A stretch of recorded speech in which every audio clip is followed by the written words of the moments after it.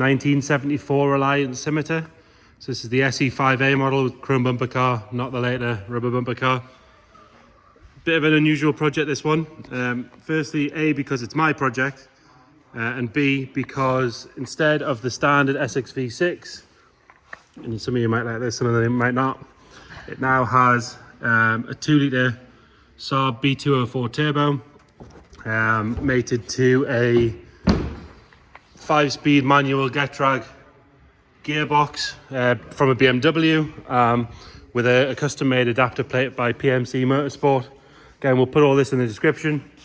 Included with the car comes a whole load of parts. So we've got 2 boxes to start with, one being the Saab box, if you like. So the actual donor for the engine came from a 43,000 mile 2-owner automatic Saab 900, sorry. Obviously the B204 is the one you want. It's the car that can take sort of 500-600 horsepower on the standard internals. We've got the ECU, top hat, all of the wiring loom for the engine, alternator, everything you need to complete the Saab end of the conversion is in that box, along with another box which is here, from a company called SAS, who do a lot of the Saab conversion parts, and this is your adapter that takes it from the 32 pin down to a 5 pin loom for the engine to get the engine run, so it's ignition, etc., rather than the more complicated version in the Saab. We have it's a GT 36 turbo, which was originally intended to be mounted on obviously on the right hand side. So we have a stainless exhaust manifold, tension being top mount turbo, and then going straight down past the chassis and straight out in the exhaust. The engine itself, again, like I said, low mileage donor car, which for me was important, and it is on a Saab 9000 inlet manifold, which has been chopped and flipped. Obviously these engines are normally transverse for a front wheel drive, so that's been chopped and flipped to get your inlet coming down the front, rather than having the top hat pipe bent round and the pipes going the wrong way, which for me just wasn't going to work. I'll include some pictures. I've got thousands of pictures I can send to anybody who's interested. The full chassis was the car was taken back to a bare chassis. The chassis was stripped all the way back, cleaned up.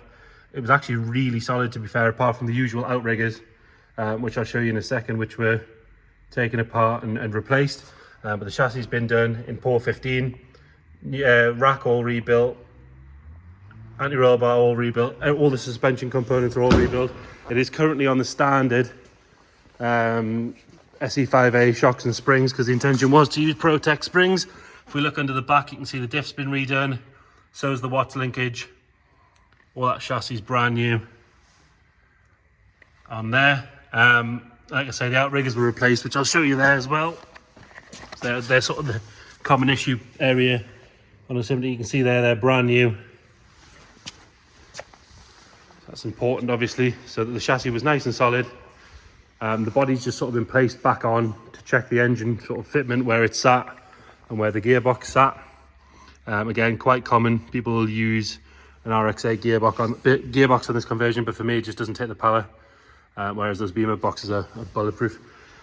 All of the rubber suspension components have all been replaced with a full set of Super Pro. So that was about £700 worth of Super Pro bushes.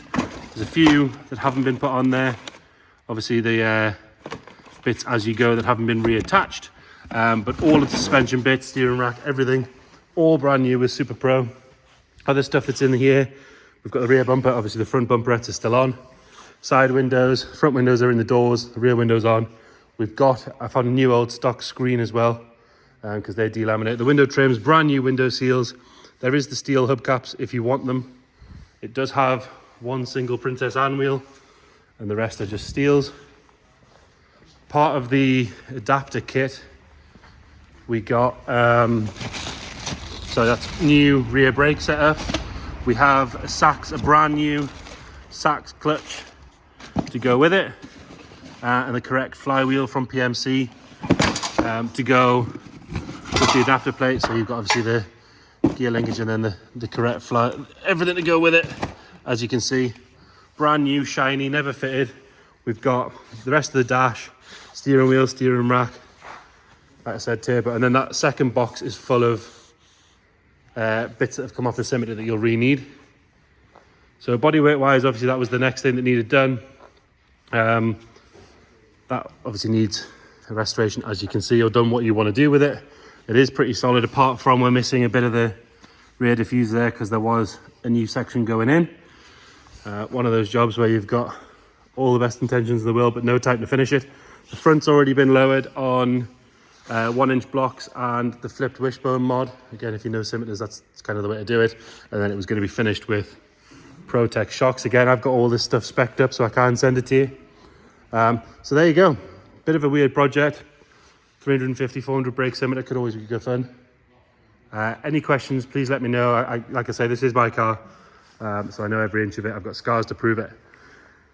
Any questions, let us know. Check the description. I'll detail a whole load of stuff in there.